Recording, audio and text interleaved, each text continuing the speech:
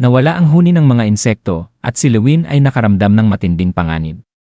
Agad niyang inutusan ang lahat na maghanda at pina-activate kay Miana ang Fortress Mode White Noise, isang depensa na bihira nilang kailanganin sapagkat karaniwan ay kaya na nila ni Satsuki ang mga kalaban.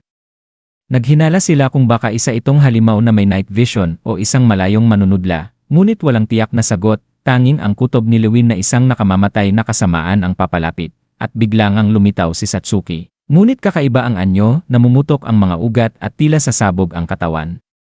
Walang paliwanag, bigla siyang umatake. Dala ng matinding pagnanasa sa pagpatay. Nabigla ang lahat, hindi makapaniwala na ang kanilang sariling kasama ay tinalikuran sila.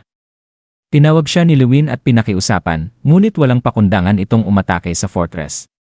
Nataranta sila nang mapansing inihahanda na ni Satsuki ang Godslayer, isang mapanirang atake na kayang basagin ang depensa ni Miana. Sa desperasyon, napilitan si Lewin na sumalad at tuluyang patayin si Satsuki upang iligtas ang iba. Sa huling sandali ng buhay, bumalik ang ulirat ni Satsuki at nakahingi ng mahinang tawad kay Lewin bago tuluyang pumanaw. Nanginginig sa pagkabigla at lungkot, yakap-yakap ni Lewin ang kanyang bangkay, pinahihirapan ng tanong kung anong kapangyarihan ang sumira sa kanyang kasama. Ang Sword of Courage, na dati puno ng tiwala sa sarili at sa kanilang misyon, ay ngayon nakaharap sa isang mas malupit at mas misteryosong panganib na hindi pa nila kailanman naranasan. At dito nagtatapos ang chapter 63 ng Failure Frame.